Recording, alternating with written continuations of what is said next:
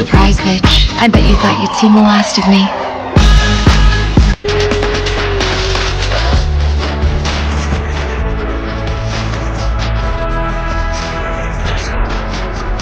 Magandang araw po sa inyo at welcome back dito sa ating panibagong video. At mga kapolitika, enjoy na enjoy po si CJ Opiaza at si Mr. Nawat sa kanilang pamamalagi dito sa India para saksihan ang Miss Grand India para sa ngayong taon, which is nag-start na nga po noong July 11 hanggang July 14. Pero bago ang lahat ay huwag kalimutang mag-like at mag-subscribe na rin kayo para updated kayo sa ating mga latest issue.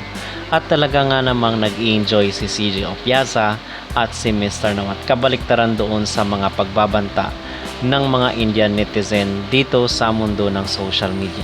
So kitang-kita mga kapolitika dahil isa po sa mga hurado si CJ Opiaza at the same time si Mr. Nawat at napakainit po ng pagtanggap ng mga Indian dito sa ating kababayan na nanalo sa Miss Grand International. So kasi merong mga nagsasabi ng mga Indian na nabayaran daw yung mga sumalubong sa kanila, kung kaya midnight daw or hating gabi na dumating sa India itong si Nawat at si CJ Opiaza para makaiwas doon sa mga nagtangka di umano or online threat sa kanila.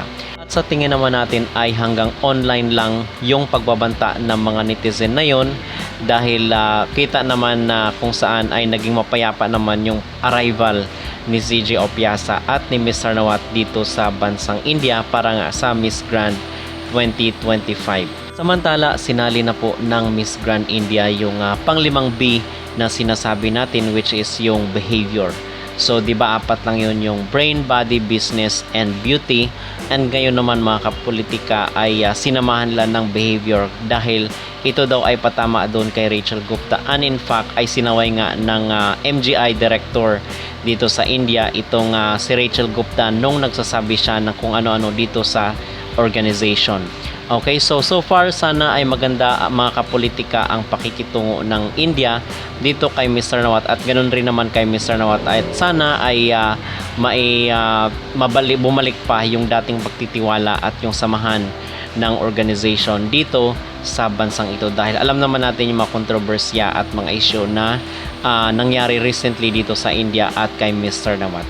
Okay, so ano po ang inyong mag-reaction dito sa pagpunta ni CJ sa India na kung saan ay safe and sound at talagang mahal na mahal tinalagaan nila si CJ at si Mr. Nawat? Mag-comment down below at huwag kalimutang mag-like at mag-subscribe na rin kayo para updated kayo sa ating mga latest issue.